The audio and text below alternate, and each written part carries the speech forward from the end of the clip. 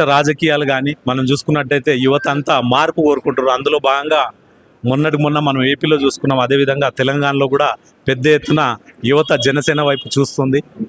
జనసేనలో పోటీ చేయాలని చాలా పెద్ద ఎత్తున యువత జాయిన్ అవ్వడం జరుగుతుంది. గత 15 రోజులుగా మున్సిపాలిటీలో కానీ అదేవిధంగా కార్పొరేషన్లో కానీ మేము పోటీ చేయబోతున్నాం. 12 ఏళ్ల నుంచి జెండా బట్టి వాళ్ళ కోరిక ఒక కార్పొరేటర్ కావాలని, ఒక కౌన్సిలర్ కావాలని. అందులో భాగంగా మేము ఈ యొక్క నిర్ణయం తీసుకోవడం జరిగింది. జనసేన అధినేత శ్రీ పవన్ కళ్యాణ్ గారు ఆయన ఆదేశాల మేరకు ఈరోజు యావత్తు 9 జిల్లాలలో, ఉమ్మడి 9 జిల్లాలలో మున్సిపల్ ఎలక్షన్లలో మేము పెద్ద ఎత్తున పాల్గొనడం జరుగుతుంది. అందులో భాగంగా మొన్న స్టేట్ వైడ్గా కోఆర్డినేటర్స్ వేయడం జరిగింది.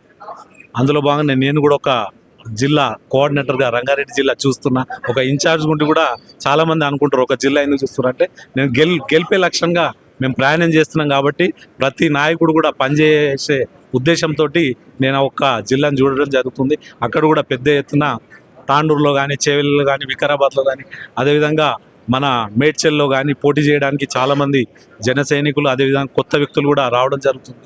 మేము అందరినీ కలుపుకుంటూ వెళ్ళి ఎటువంటి పరిస్థితుల్లో ఈ మున్సిపల్ కార్పొరేషన్ ఎలక్షన్లో జనసేన జెండా రెపరెపలాడేలాగా, గాజు గ్లాస్ గుర్తు మీద ఓటు వచ్చేలాగా మా ప్రయత్నం ఉంటుంది.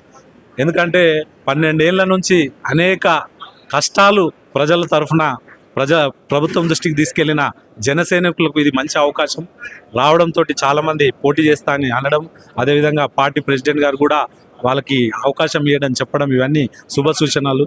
అదేవిధంగా ఇంకొక నెల అయితే ఈ 15 రోజులలో ఎలక్షన్స్ కూడా అయిపోతాయి. నాకు తెలిసి నెక్స్ట్ మంత్ 22 లోపు రిజల్ట్ కూడా వస్తుంది. ఆ తర్వాత మిమ్మల్ని కలుస్తా.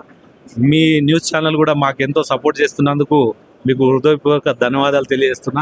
అదేవిధంగా మంచి అంశాలని మీరు ప్రజలలో తీసుకెళ్తున్నందుకు మరొకసారి మిమ్మల్ని అభినందిస్తూ సెలవు తీసుకుంటాను.